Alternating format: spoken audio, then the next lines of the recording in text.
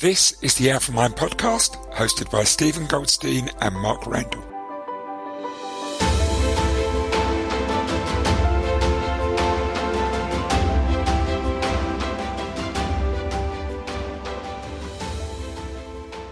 Welcome to this week's podcast, where the tables are turned on myself and Mark. We are the interview subjects for Ralf and Moritz from the Tradeciety trading community. Ralf and Moritz interviewed us for their show. I think you're going to really enjoy this one. We covered a whole range of subjects about trading psychology, trading behaviour, trading performance, and even topics including risk management. This was a very detailed interview, which at times became more of a conversation, and I'm pretty sure you're going to get a lot out of this, whether you're new or even a seasoned trader. So please sit back and enjoy. Before we start, a quick word about the AlphaMind podcast sponsor, the Society of Technical Analysts, the STA. The STA are one of the world's leading professional bodies serving the technical analysis and trading communities. We are delighted to announce that as a result of our partnership with the STA, listeners to the AlphaMind podcast can now receive a £100 or local currency equivalent discount on the cost of their world-beating home study course and the home study course and diploma package, which offers diplomas accredited by CISI, the Chartered Institute for Securities and Investments, which is a global professional body for those who work in the financial and investment profession. The study course is an online replication of the full STA diploma program, which is delivered annually at the London School of Economics. The modules are produced by some of the leading figures from the world of finance and cover a wide range of topics. There is not a more thorough and professional program in the world. This is the gold standard, and as well as upgrading your knowledge and expertise, this will be a major boost to your resume or CV. Participants in this program typically include traders, both retail and professional, portfolio and fund managers, investors, analysts, trading system designers, financial journalists, and anyone curious to understand more about price action analysis techniques. Now, to take advantage of this offer, just visit our blog page, alphamindblog.blogspot.com, or Google the AlphaMind blog, and on the pages at the top you will see a page for the STA home study course. There you will get details of how to get the £100 discount, or email us info@alpharcubed.com. Now, on with the podcast. Hey, good to be here, guys. And this is, first of all, the AlphaMind Podcast, the best or one of the best trading podcasts that I've recently listened to. I highly recommend it. All the links, by the way, that we mentioned will be in the video description or in the podcast as well. So really make sure to check them out. And maybe you can first just give us a quick intro so that our viewers and listeners know a little bit of who you are. Yeah, sure. Well, I started in markets around about 1980 and very quickly got into the futures business in London as the London Futures Exchange was about to start. And that was a whole year of sort of really training around the awareness of what futures trading actually was, because none of us had a clue because it had never been done in London before. So I started on day one on the London Futures Exchange as a trader, and if you were on the floor, there was about 300 people on that floor day one. You basically did everything. You were on the phones 1 minute, you were running the next minute, you were trading the next, it was just busy. But you started to understand about price discovery being down there, how prices came, the sense of where flow comes from and what flow feels like, because busy markets have a real feel. And sometimes before a market gets busy, you can feel that there's something coming. And so being on that floor was super important for me. In without having historically a markets background or a maths background, I started to understand the flow of pricing and the movement to the point that I was more of an artist than a mathematician. I noticed that some guys from Chicago came over and started drawing lines on charts and point and figure charts that they were creating as the day progressed, sort of manually. So I thought, this is pretty cool. So I started to do it. And because I had this spatial awareness and artistic sort of edge, I started to get very good at it. And the business, which was NatWest at the time, which was the largest bank in the world at the time, said, look, we're going to move you after sort of 2 years or so from the floor, and you're going to get on a desk. And because clients will benefit from this type of flavor, because we've presented economics and fundamentals before, but we've not really given technical views. But it gave me the ability to look at anything and everything and have a view on it. And that's one of the great gifts of technical analysis, that it does give you a feel very, very quickly if you have the right sort of education around just the application of it. And then I was on Broken Desk, and I was on a Broken Desk right through the period when Greenwich, who were a real big player in the market, NatWest bought Greenwich, and Greenwich took over the fixed income business of NatWest, and we became Greenwich NatWest Futures. And that was a really interesting period, because suddenly we grew up into this. Okay, we're a quasi-American investment bank here, and attitudes were different, strategies were different, the encouragement to be creative was different. And then that took me right through to getting older in the markets. And as you get older in the markets, I started to do more of sales and marketing and business development and networking and building big business in the corporate world, particularly in the commodity world, using the leverage of the bank itself, which is very interesting. There's very good progress to still have that markets flavor going on, but also the human touch. And within the business, I positioned in around about 2013, just a mindset optimization sort of process, because I back in the late 80s, I had spinal arthritis, and I was getting panic attacks and faint attacks and all sorts of things going on in busy markets.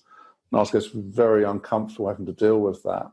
But I found a way, through some degree of parental guidance and finding some literature, of just being able to manage my mindset and become really optimal. And it managed myself sort of from a well-being point of view. So the back was much better managed, and I dropped off a lot of drugs as a result.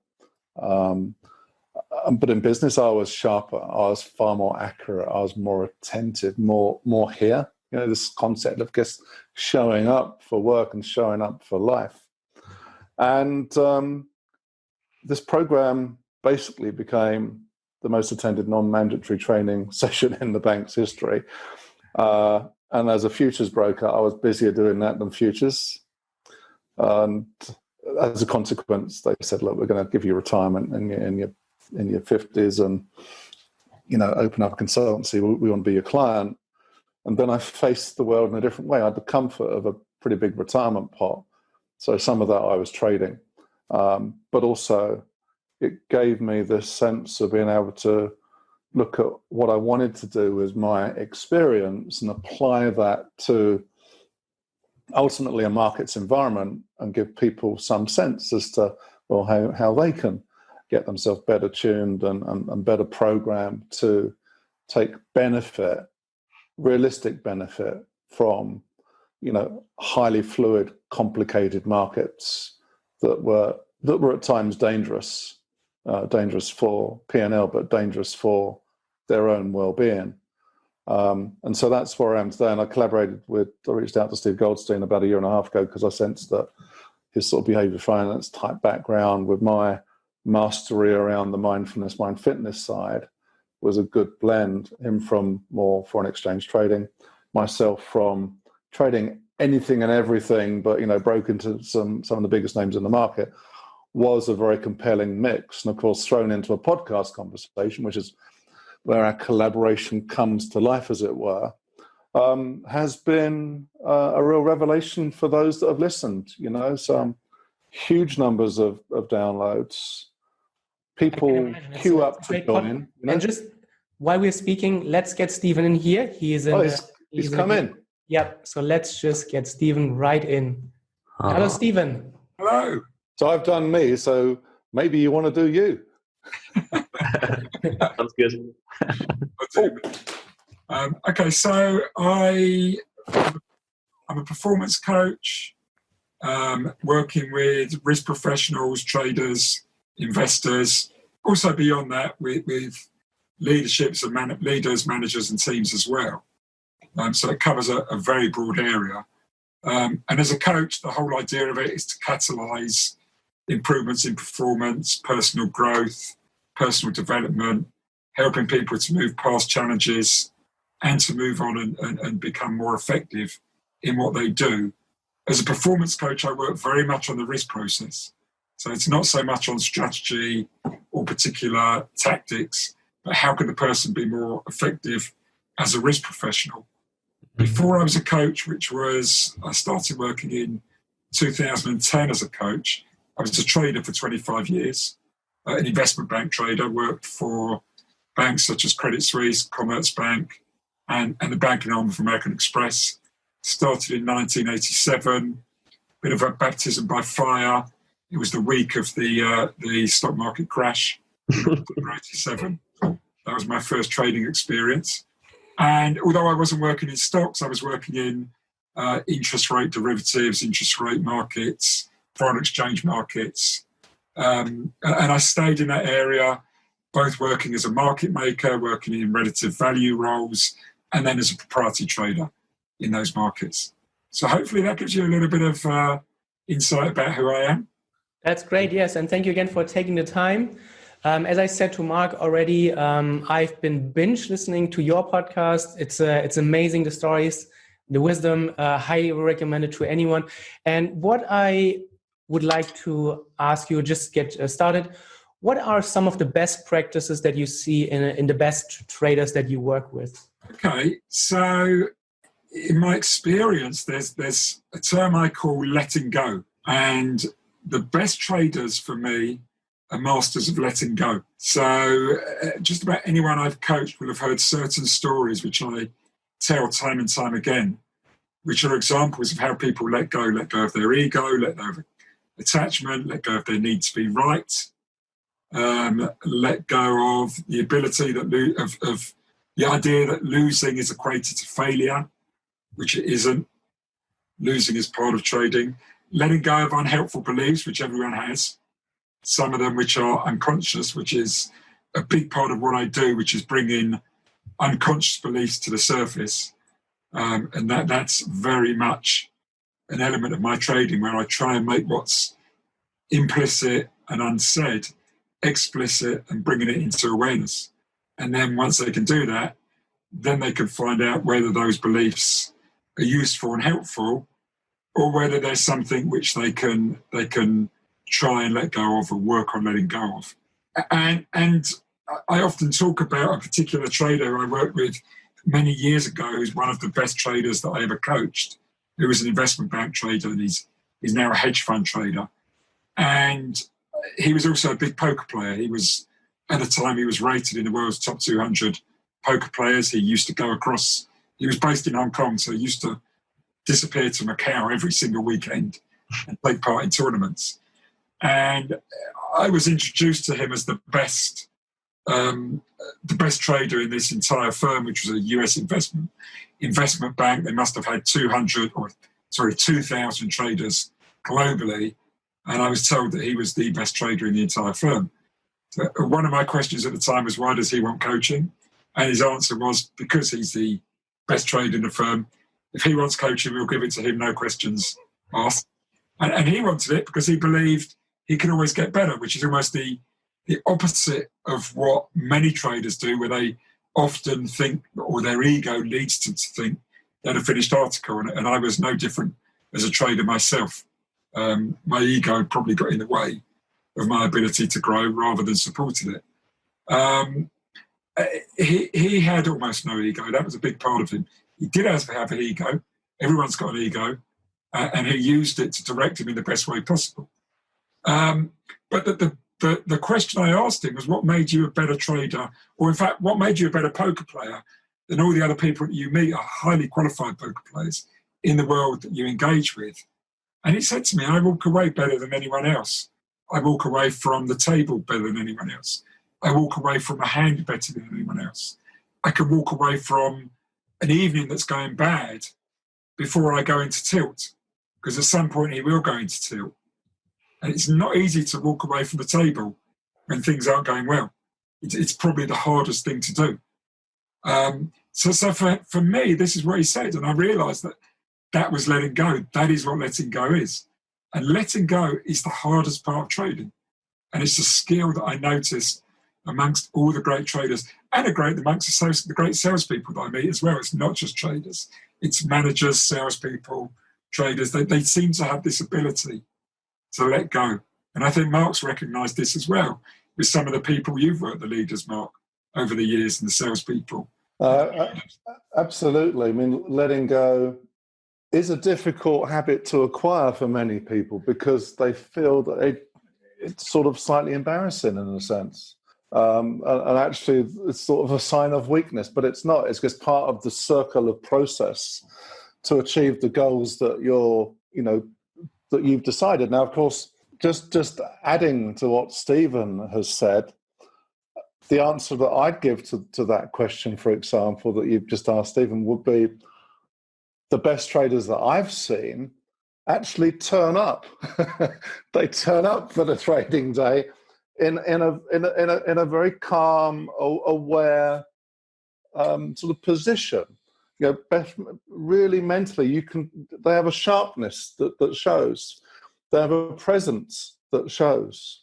And you can tell almost from the way they walk as to whether they're tuned into themselves and ready to trade.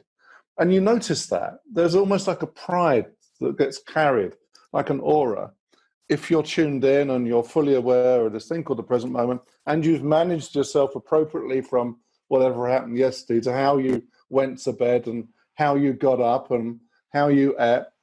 And of course, this is applicable to sportsmen as well. I mean, sportsmen that tune in are very, very present to the game today would have been very, very effective at managing what was going on in the days ahead of the day where you're going to perform. Of course, trading is a performance that happens every day.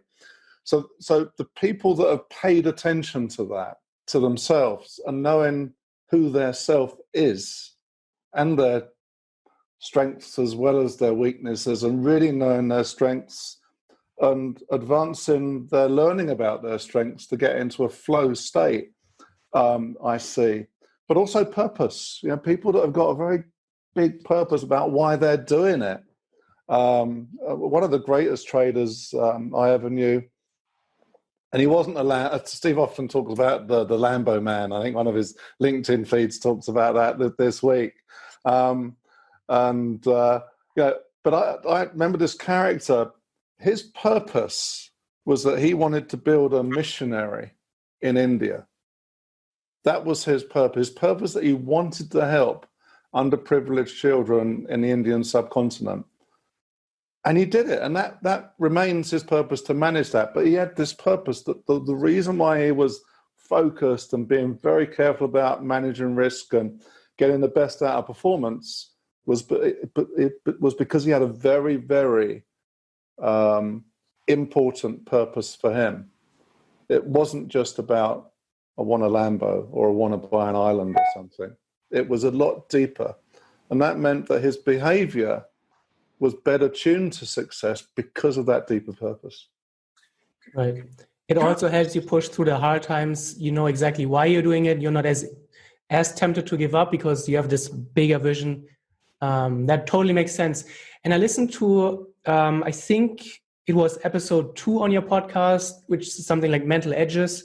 And you talked about the Hong Kong guy, fascinating story. And you mentioned the walking away as his mental edge. And I was wondering, it's a very fine line between walking away too early from your trading day, because the good trade may still come around and you may miss it. And then you're actually not really capitalizing on your edge, and walking away at the right time. How do you get to this place where you walk away at the right time? Is it just damage control and you just live to fight another day in that, and you don't worry about making money back right away? Well, it's a great question. It's a little bit of a metaphor. When I talk about letting go, we're talking about that individual, and I was talking about poker, but I see the same thing with trading. Okay, so I tell a story of an oil trader who I coached a number of years ago, brilliant oil trader. I'd worked with him for a couple of years, made a lot of money every year, but this particular year, he got into one of those negative trading loops. He'd gone full tilt. He was in one of those places where he couldn't buy a winning trade. So having made a lot of money in the first half of the year, Q3 was a disaster. And what had really hurt him was he'd called the market completely correctly. He'd just screwed up his execution horrendously. Too much risk, cut out at the wrong time, starts chasing the market, gets caught in this pattern of regret and cycle. I don't think there's a trader there who's never been there yet. So we've all done it. He couldn't get himself out of it. And I worked with him on getting himself out of it. He took a week off from the market and he had to let go. He had to completely let go. Now, he burned his P&L for the year. He'd gone back to flat as a result of this process. And he was completely out of sync with the market. So he took a week off, didn't look at the market for a week. We spoke about the issue, we explored it, we deciphered it for him so that he was able to completely let go of this issue, which, you know, at the point that we were talking about it, he's beating himself up. He's calling himself, I'm the biggest idiot in the world. What have I done? This is horrendous. You know, I'm a useless trader. You know, he devalued himself. I mean, a big part of this beating yourself up, again, which most traders go through, is the self-devaluation which you do. So, you know, I had to kind of get him to remind himself that, you know, he's been doing this 10 years and he's a damn good trader. You know, and this is just a slip-up, and let go of all these false beliefs and come back to getting back on the cycle. Start again. Like Mark said, turn up. He wasn't turning up. He had to turn up every day. He had to move on from where he was. He had to leave that behind. And that's not an easy thing to do. We talk about it like it's the simplest thing in the world. It's not. You know, we've got this horrible part of us that's running through our veins that we hate ourselves when we've had these moments. Oh, God, I had enough of them as a trader. You know, sometimes they lasted weeks and months. You had to move on at a point. Sometimes it took another person to do it. I always remember a time where I had a horrible 6 months, lost a lot of money, I was deeply in the red, and my head of trading came up to me, put his arm around me, and just went, "Don't worry, Steve, I believe in you, I think you're going to make this back." And that reminded me that actually I'm quite good, otherwise why would he have said that? And I went on this fantastic run. It feels like it was from that day, it probably wasn't. And I just went on this money-making run though. My self-belief came back. I started looking at the money. I did what Mark said. I started turning up every single day. And that's what this oil trader did. As soon as we talked about it, as soon as we exorcised that trade from his memory, he was able to get back into the right frame of mind, back into a cycle. And the great thing about this story was his final 3 months of the year turned out to be his best year ever. He made more money in that 3 months than he made in a particular year. And it wasn't anything that I'd done, I'd helped him, but it's because he always had it in him. He might have had a great final 3 months anyway. It was just the right time to get into the market. It started turning up.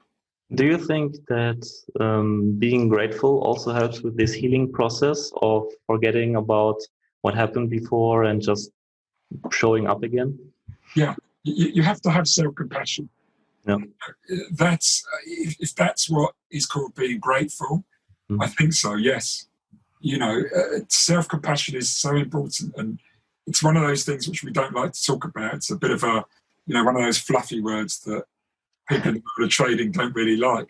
But again, I see it time and time again.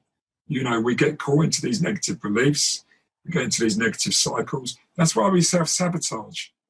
You know, if you can show compassion to yourself, and I think, you know, I listened to your brilliant one you did with Brett Steenbarger a couple of weeks ago. Thanks. You know, I know he's very big into the spiritual side of trading, of being compassionate with yourself. Yeah, that's why. Yeah. I think it's a very good point you make about being grateful, because if you're in a position where you're even thinking about trading the market, clearly life is relatively comfortable, right? I mean, yes. And it's being grateful for what you've got, and that there's a degree of privilege to be able to be involved in this space, right? I mean, certainly professionally, but certainly for those that have got the money from a private perspective. And it's just recognizing the fact that, you know, whilst you might lose a trade, you've still achieved tremendous success to get to where you are today. And having that realistic perspective, I think, is that degree of self-compassion. And without self-compassion, of course, where you ask yourself sort of regularly, am I okay? Through this journey of trading and the perspective and my attitude and all of that. That if you do work with teams and other people, of course, you can't show them any great sense of compassion if you're not shown it to yourself first, because it always starts with you having that attitude towards yourself. So, yeah, it's pretty important for all sorts of reasons. And, of course, not just trading, of course, because your attitude within your trading day, if you're not managing it appropriately, you're carrying that attitude back to the family. You're carrying that attitude back to your social environment. And so it becomes more than just about the trade. It's the self-management is throughout the fabric of life. Mm-hmm. So trading becomes basically a vehicle to become a better person in all areas of your life, basically, with this practice. Can I ask you, can I throw the question to you two guys? Are there any incidences where you feel you've exercised self-compassion or where you recognize this element of letting go? Yeah, definitely. I mean, I had to. Also, as a poker player before my trading career, it was super important for me to walk away when I realized that I didn't have any edge, be it because I was the worst player at the table or because I wasn't in a proper mindset that evening or day. And for self-compassion, to me, it's the most important thing that I do when I'm having a losing streak, basically, where I can't, as you said, I can't buy a winning trade at all. I have to snap out of it and remind myself that what I'm actually doing as a job is, I mean, compared to what other people are doing or have to endure, that this is a walk in the park, so to speak. Not really, but kind of, right? So, so I was just, if I remind myself of that and of everything that I have in my life, my great family, my friends, everything, and this amazing life that I'm really blessed to live, I truly think so. Then suddenly trading itself becomes not that it's a big monster, and then it just shrinks back down to, okay, let's do this, right? So yeah, I think, and I've been struggling in the past a lot with self-compassion, compassion, and I noticed the need to work on this. I noticed I started reading spiritual books very early on, and then I started to become aware of this voice in our head, but we are always so hard on ourselves. And then I was looking into how do you not fix it, but how do you work with that? And I found that first of all, awareness is obviously really, really huge. Once you become aware of it, I find on the first when I become aware of it, it was really annoying because I was wondering, how can you turn this off? But I noticed that the more you are aware of it, the more you can actually, the sooner you can intervene, so to speak, and then you can establish better thought patterns. And this will translate in your trading, but also in other areas of your life. And I found that the more balanced you have, as I think it was Mandy, our last podcast interview. She mentioned you need to fill all your buckets in your life. You cannot have all your self-worth derived from your trading. And I found that all those practices help, and awareness really, really helps with the compassion as well. And this is something that I want to get later on as well with the ego. I find it really fascinating. How do you actually get to a place where you're not so ego-driven? Because this is a journey that we've been to peak performance seminars and doing introspective work a lot, and it's a constant battle because this voice is just never shutting up. It's your other self. Right. Many other selves. Many layers of other selves chatting away, and you just hope that the right self is plugged in when you're making these decisions. It's interesting when you're talking about letting go of, as Steve said, of the trade that I guess didn't work and moving on. But there's also the physical letting go of making a point in time where this is where you leave the market and you go back to normal life. And I think there's many people within the world of, if you're a professional, you're almost told, like, you start there and you end there, and you you may refer to the market, but you're not trading. You've passed on to another team. But those on the retail side, of course, don't necessarily have that discipline, and they're going to be always looking and trying, and and they start in the morning and they end at night and go to bed and wake up and do it again. And so letting go of the connectivity to the market to the point where you just need to look after yourself is also really, really important, because otherwise you're just going to blow yourself up. Yeah, that's I found it, and it's something you also mentioned in one of the episodes, that you talked about how you take care of yourself. You mentioned that reducing caffeine can have a big impact because caffeine creates anxiousness, which I can totally relate to. I reduced and completely quit coffee, and it made a huge difference. So there are all those little pieces that many retail traders overlook, and then you have the chance of trading from your phone, from wherever you are, and you can never unplug. And you're always in this constant loop, and it's not a good place to be. No, it's a very dangerous place. I think Steve will share very similar stories about people that have forgotten about switching off. It's unique, the job, isn't it? It's the only job where, if you compare it to anything, if we were to talk about poker, you mentioned you were a poker player. Mm-hmm. The game starts and it ends, and you don't play outside that. You compare it to sport. The game starts and it ends. You have a time limit. You have an off season. Trading is unique. There is no off season. There is no end other than Friday night, late Friday night, until late Sunday night. And then there's the crypto waiting on the weekends. Crypto even keeps going on the weekend. It's cured everything now. It's total, and I don't think there's anything else like it in terms of games. If you look at trading as a game, which it is really. And it's interesting talking about ego. I was recently watching. You heard me talk about poker. Well, I'm not a poker player. I work with a lot of traders who are great poker players as well, by the way, and I think there's definitely an overlap there. I was watching the Daniel Negreanu film a while ago, and in one of it there was a point where someone was talking about a period where in between I think it was his first world bracelet and his second one, where it was quite a long gap. And his ego, they said, got too much for him. He got too big for it, and he just couldn't win a game. And it was that point that when your ego takes control, you're in trouble. And we all have that. And as we say, no one doesn't have an ego. Everyone does. And don't believe an ego is a bad thing. You need to have some drive, some motivation, direction. I think you've got to make sure that you keep it tamed. And that, if you have a purpose, it can help tame the ego. Self-compassion can fight the ego. But it's not always easy to keep it in its box. That's the only thing I will say. Mm-hmm. Yeah, it becomes an enemy, but it also generates enemies as well. So it generates a behavior impact on others. And of course, you'll get a response from that.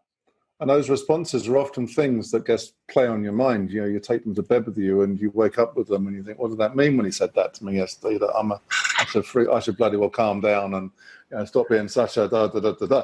But of course, if you're trying to turn up for the trading day, the last thing you want are these things to be ticking around in your other self, having these conversations about these challenges that you face, and they're very often generated by the fact that you're not moderating your ego, and I guess having all these consequences that you're then having to deal with. It's like another news channel. And whilst you're turning up for the trading day, you're physically there, but your brain is tuned into this other news channel, which has just got this dialogue going, when you should really be turning it off, and getting back to the trade in front of you. So it has its implications. Mm-hmm. I think for me, the biggest losing months are always after my biggest winning months. And I think that's definitely ego related.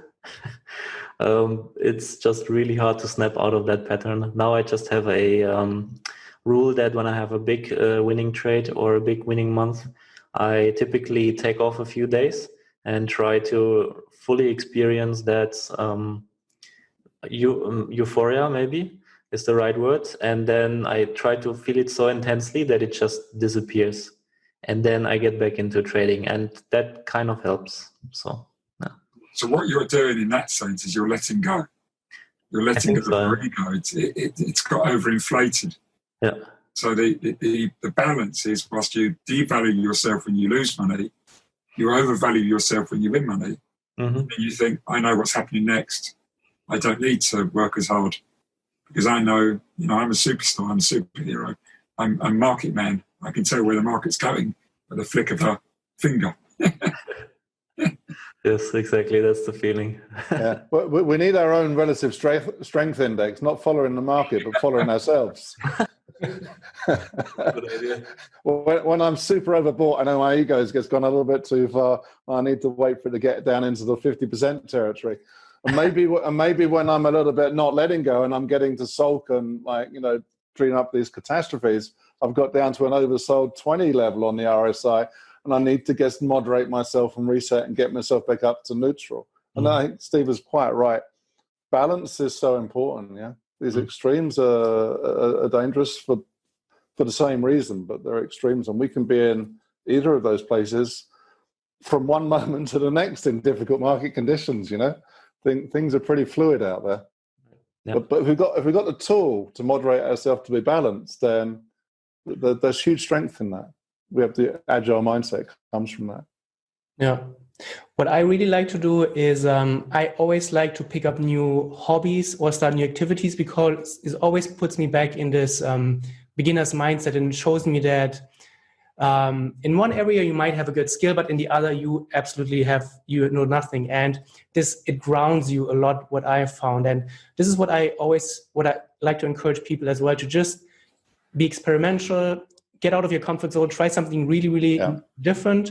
What I found is really helpful is do something very different. Like I got into creative activities, which I never did, and it's so far away from trading. And I found it's had such a huge positive benefit. Well, I'll give you an example here, and I don't want you to laugh, okay? Mr. Goldstein, just don't laugh at this. Flower arrangement. It's worse. It's worse. I did 12 weeks of ballet. Okay. You should not have told me that. I'm sorry, Mark. Once that's out your mouth, you can never take that back. No. I had this thong that was impossible to wear because you just had to keep your bits intact. I had these shoes that were, absolutely. I had black tights for the practice and white tights for performance.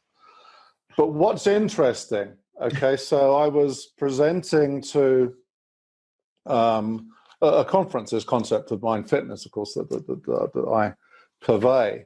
And there was a poem, a Harley Davidson poem that I sort of put up there, and it's sort of, if you lived your life again, what would you do? Get out of your comfort zone more often was one of the lines. And I said, well, to get out of my comfort zone, I did 12 weeks of ballet. Now, a board member of that business came up to me afterwards and said, that was really brave to share that. Really, really brave to just share that with us, because it made it feel real. Right? It wasn't something that you would have made up. It just felt very, very real. And that's so important to share that. Okay, the fact that you took a risk and you've shared it as a risk with, 300 people, that you did something that a lot of people will go, no, what did you do that for? But I tell you, it is very, very therapeutic. It was also in French. I don't do French, and most of the ballet's in French. But interesting, there was me and about 20 women doing ballet. There's some upside to that, of course. Yeah. I had the same experience when I started doing yoga. I had so many prejudices against yoga, and I did it. And afterwards, I thought I should have done this years ago. I missed out on so many benefits of this. And it's just, and I think it's helping with the ego concept as well. It's just, you don't take yourself too seriously. I think. It's also this thing that you can have a fixed mindset, and just do the same. But if you've got a growth mindset, you're constantly trying to push it and do different things and experience different things and share different things. And that's really, really important, I think, particularly for people in this type of field where actually you need a growth mindset, I think, to be successful. I think Steve's done much upon the topic of growth mindset, haven't you, Steve? I have, yeah, I do love it. But sort of coming back to that point, I felt like that when I first did my mindfulness course. And I turned up at a Buddhist centre in South London. And someone was banging a gong, and I was thinking, what am I doing here? I just hope no one saw me come in here and no one sees me leave. And it turned out to be one of the best days I ever did. It was brilliant. And I got so much from that and learned so much from that. And that's about grounding and humility. You know, what you described, and quite often we hold on to things because we're not willing to step outside of our comfort zone. We're not willing to change. And then that becomes, how do we grow? If we're not willing to do that, how do you grow as a trader? You have to turn around and sometimes say, I'm not very good at this. Because that is the start of growing. I had coaching many years ago. 20 years ago was my introduction to coaching. I was a trader at Commerzbank in London, and I'd been there not been there 13 years. I was a senior trader. I'd been working for 13 years, and we had a new head of trading turned up, and he'd worked at Deutsche Bank previously, and he wanted to bring in this coach, and he felt that I was the person who was probably the most likely person in this room of 200 people to be willing to try something slightly different. And as soon as he said it to me, I was like, you're joking, aren't you? Not what's wrong with me. That was the initial, you think of coaching as something which means you're flawed or you're not good enough or you're not up to it. It's ironically enough in just about any other arena in the world of sport, you have a coach because you want to get better. But for some reason in trading, you take it as almost something that's being disrespectful if someone suggests it. And my initial response was to push back, but he twisted my arm, and I had it in the end. And it was the best thing that ever happened to me as a trader. My performance exploded in the years afterwards. But it took me through a journey into myself. And part of that journey was realising that there's areas of my game which are very, very weak. And he didn't tell that to me, but he catalysed the self-discovery of that. And I came out of it thinking, I'm very good at analysis. I'm really good at finding value. I'm really good at telling where the market's going, identifying direction. But I'm not very good at executing. I'm not very good at the risk process. I'm not very good at putting the trade on, managing with it, staying with it, letting go. I've been good enough to survive 13 years in the industry and hold down some key jobs. But if I'm honest, I was really mediocre. It's more that I'd survived to that point, I think, than I'd been good. And I had a couple of highlights, just a few good trades that got me through that moment.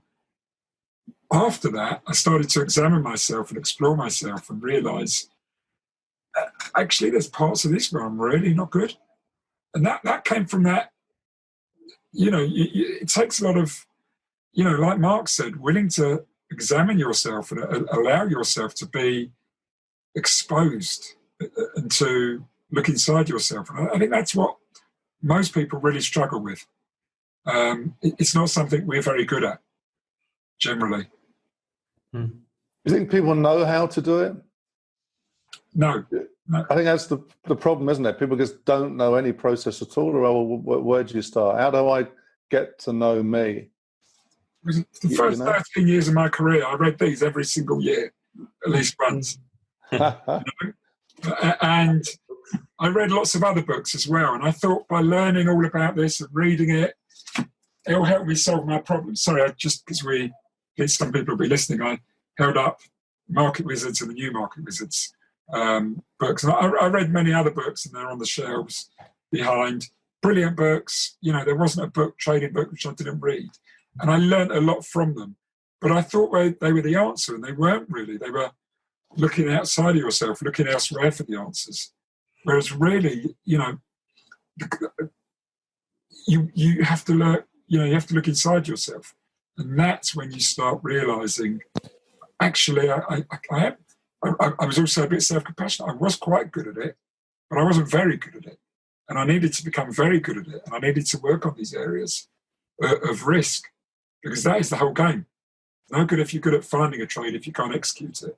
We will return shortly to the podcast. Just a quick reminder about the AlphaMind Podcast sponsor, the Society of Technical Analysts. The STA are the world's leading professional body serving the technical analysis and trading communities. We are delighted to announce that as a result of our partnership with the STA, listeners to the AlphaMind Podcast can receive an exclusive £100 or local currency equivalent discount on the cost of their world-beating STA home study course. To take advantage of this offer, just visit our blog page, alphamindblog.blogspot.com, and on the pages at the top, you will see a link to the STA home study course. Details of how to get the £100 discount are contained within that page. Now back to the podcast. So what do you think about someone that says, all my psychological problems could be solved if I just become the best technician out there? Yeah. No comment. Yeah. Because there are many people that think that, okay, all my psychological problems, they come from the fact that I cannot read the chart or I'm chart illiterate. And if I just know 100% what's going on the chart and becoming a really good technician, then it should be fairly easy to trade. And I myself, I was of that opinion for a long time as well. Now I know obviously it's completely false. It led me in the wrong direction, but I was on that train for a very long time, thinking that if I could just figure out the technicals 100%, everything else is not that important. Right? Yeah, it's a very attractive idea to be really good at analysis, because it obviously is helpful. If you can find value, you've got a great edge that you can then exploit. It's the exploiting of it. That's the risk side. A lot of people don't spend time becoming good at risk. They spend nearly all their effort becoming good at finding value. So risk management, from as you define it, is basically executing your edge. It's more than that, but it is, as I say, it's all these aspects. It's being able to execute the trade. The game is not analysing a market, finding an idea and making a plan. The game is translating that plan into trades, staying with it, running with it, running in the face of adversity, not tinkering with it, doing what you said you were going to do, holding your nerve at times, and then taking the profit. And then, like you say, not thinking that the next thing is I'm going to do the next trade because I'm a superstar, but actually holding back, letting go, and then waiting for the next trade to come to you. Not forcing it. It is the mental side, but risk is a skill for me. The whole risk process is a skill. And analysis is part of it, but it's not the most important part. No, I absolutely agree with that. And I think it's so important to put across this concept of market feel, of getting a feel, getting an intuition for the market. And that comes from tuning into sort of a wide range of things.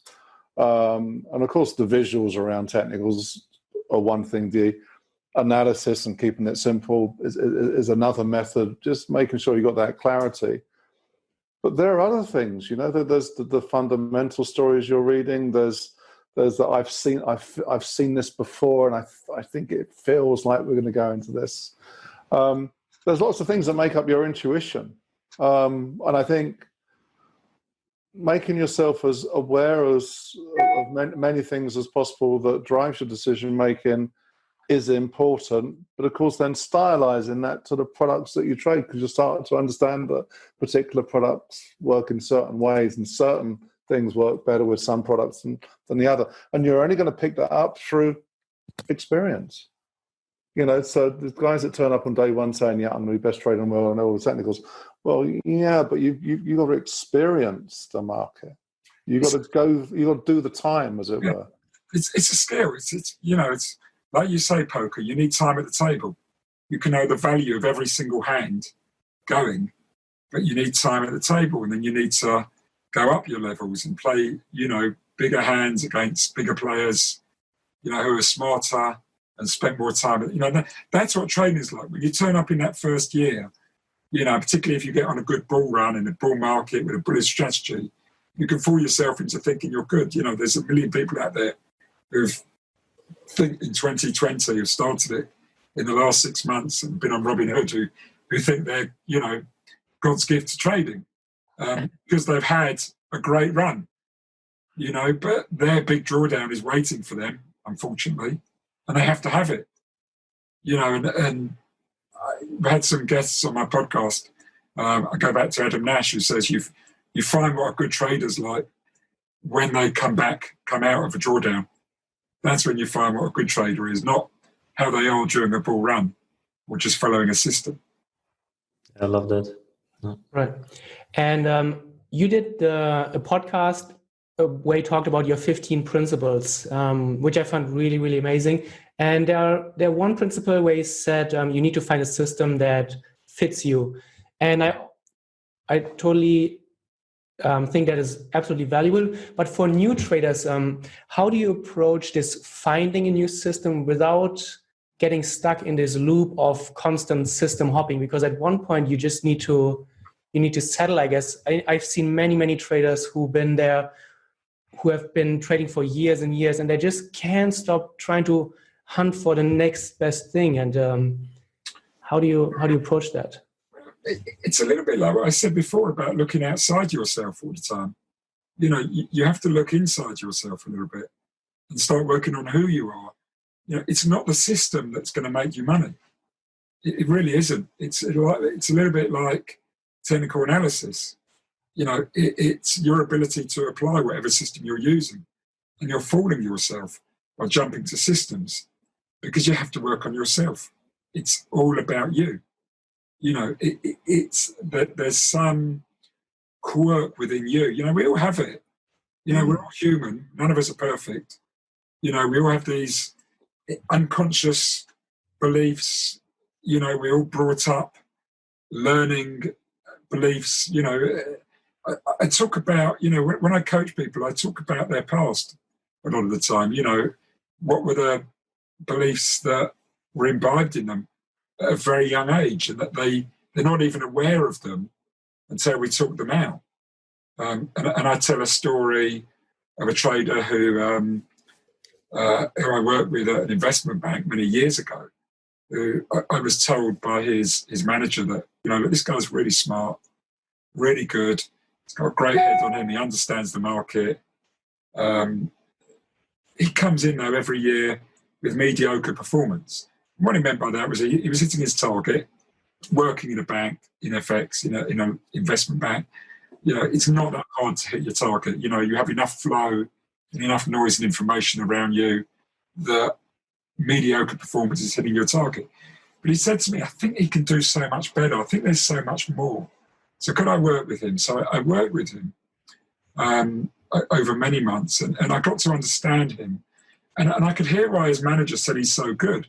He has great ideas on the market, but he might give that idea to somebody else, and the other trader will make a lot more money than him with it. So he never quite backed himself. He never quite had the confidence in himself to go with what he was doing. And as I got to know him, I heard a lot that was unconscious in his language. And it was around things like, he's not really worth it.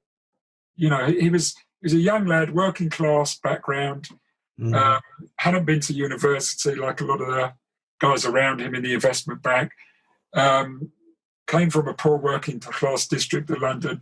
So never quite felt he deserved. I feel there is something about the class system in the UK where you don't quite believe yourself if you're from a working class background, whereas the people who've been to the good schools and that, they it's kind of, it's drilled into them, you are the best, therefore you deserve the best. And we have the other way around.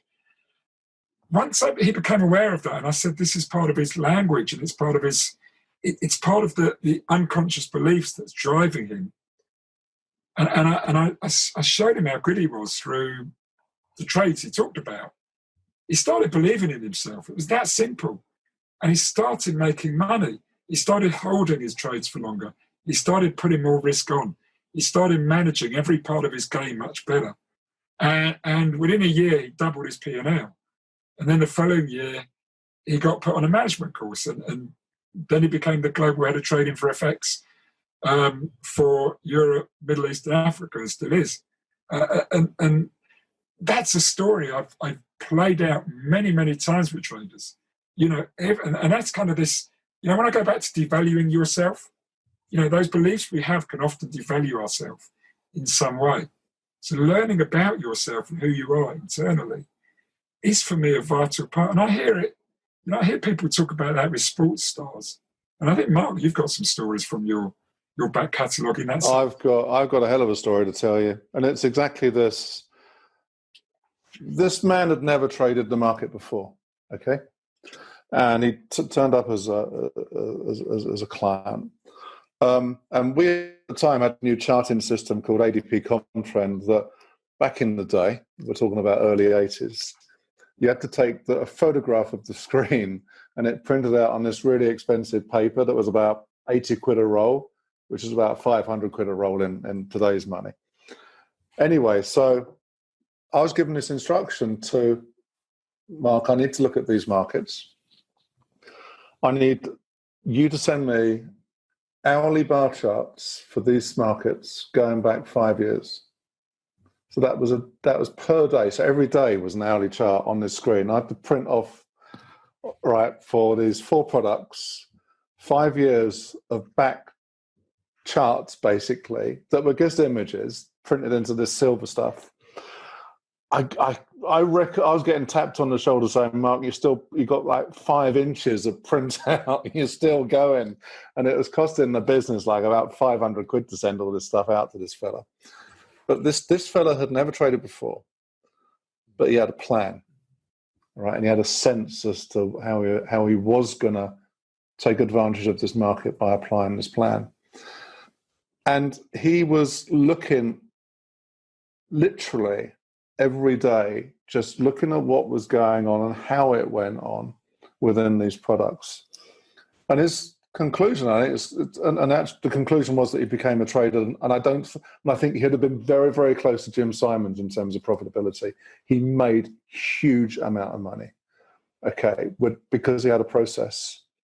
And I still know that system from because he basically, I was running it whilst he was at home just counting money. But his philosophy was that the market, whilst it was directional, was one thing, but the market vibrates. So within a day, it goes through several price points several times. And he wanted to take advantage of that vibration of the market. The fact that he may be buying now and selling there, but he'd be buying again down there and selling that back here. And he had a plan. And he had process around it, and he had a stop-loss program that sat behind it and was very, very rarely triggered.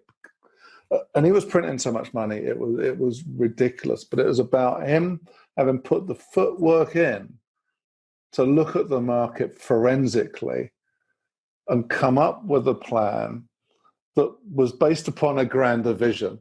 It was actually based upon a grander vision of how civilization evolves, would you believe, that drove this plan. And he, to this day, made more money than anybody I ever knew. And he didn't come from the markets, and he didn't sit in front of a screen all day, but he worked out a plan, and he printed stupid amounts of money. And I was the bloke doing all the work. Phone up again. By the way, yeah, you made this overnight. Yeah, fine, off you go. He'd done nothing. And it was ridiculous. Okay. To this day, it was ridiculous, but it's because he paid attention and he bothered to forensically look at the market and put that time in to understanding how a market moved before he traded it. And that is really, really fundamental. Right, yeah. What a story. Yeah. Yeah.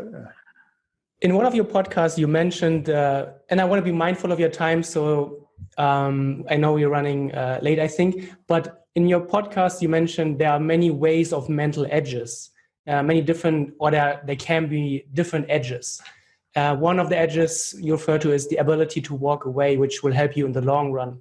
Are there any other, because I find it very inspiring always to hear about what other people, what are their strengths and what helps them get to a place of probability. What have you seen your traders have with regards to other edges? Well, shall I give a few examples, Stevie?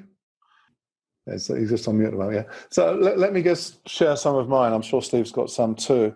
Sorry, I was on mute then, so carry on. There's noise going on outside my room, so I just turned it onto mute for a second. No, but let me just share some of the ones that I've found. It's the ability to reset, refresh, recalibrate yourself during the course of a day, and understanding you need to have this, almost these little stepaways, this sort of step away from actually being at your workstation. And ironically, some of the best, and this is a bit contentious, I must say, but some of the best traders I've known were actually people that smoked. Because 3 times an hour, no matter what the market was doing, they'd always go outside and have a cigarette. They'd have a break, and 10 minutes later they'd come back. And yet they'd come back and they'd have this sort of degree of focus because they'd taken this break. And it's a little bit ironic that, you know, people that were smokers were actually doing things that we should all be doing, just paying attention and putting these pauses in, putting these little moments where you just connect with, you know, the open environment and get fresh air and whatnot, and broadband light, and then go back to do your job. Yeah, and an awful lot of people, certainly in the early days, were smokers. But I still see it today that there are people that are smokers that actually, you know, don't feel scared and get saying, I'm just popping out for a cigarette. And no one says, well, you're not. But the rest of us sit there blindly and like, you know, wow, we're doing our job. But we should all be thinking about taking these little breaks. Little and often during your day is really, really, really important, particularly in difficult days.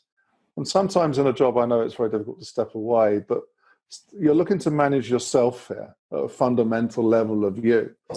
So you should make that time to think, I guess I need to step away from this. I'm not seeing clearly what's going on.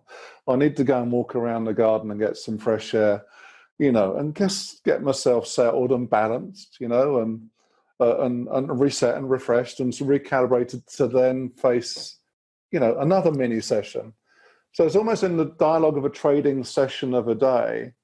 Just consider it to be lots of little trading sessions. And in between the trading sessions, you're managing yourself with, you know, with the various toolkits of getting present and getting fresh air, or even just going for a walk and tuning into the walk itself rather than the last trade that may have failed. That process is very, very important. As much as, Ralf, you were talking about the caffeine, you know, watching what you eat is incredibly important, and drink. You know, if you're anxious and nervous about something, caffeine will just totally do the bad thing. If you check out spiders, NASA, caffeine on Google, and see what caffeine does to spiders trying to build a spider's web, you get really, really worried about what caffeine's doing to us, because I think we share about 60% of our DNA with spiders, and plants generated caffeine to be a poison for things to stop them attacking plants, and yet we're drinking it all day long. So those types of things, keeping yourself hydrated. You know, this brain on top of our head, you know, if it's, you know, it's 70, 80% water. And if you think about the weight of water, if we start losing water, this is losing water before anything in your body because of the weight of it. So hydration, you know, people that pay attention to their health, as well as, because actually those type of things drive your mental well-being. You know, what you drink, what you eat, how you pause, how you hydrate, how you get fresh air and have access to fresh air. Super vital. If you strip it down to the fundamentals, your cognitive ability at a fundamental level depends on all those things, as well as the ability to wind down and rest and sleep well. So you can have as much mindfulness going on as you fancy, but if you're not paying attention to those structural foundations of you, then you might as well not bother. So that's where you have to start. You have to start, okay, I need to just manage myself from this commitment from now on, that if I want to trade better, okay, I can have the best trading strategy in the world. But if I'm not managing myself in a way to get myself optimal and really, really sharp, then, I'm on a losing wicket, as we say in cricket terms in England, straight away. You might as well not bother, because your edge is, you're trying to fight to catch up with where your edge is, because you sort of lost it in the whole process of your preparation of you. And people forget that. I think Mark said it all day. This job is 100% cognitive. It's not about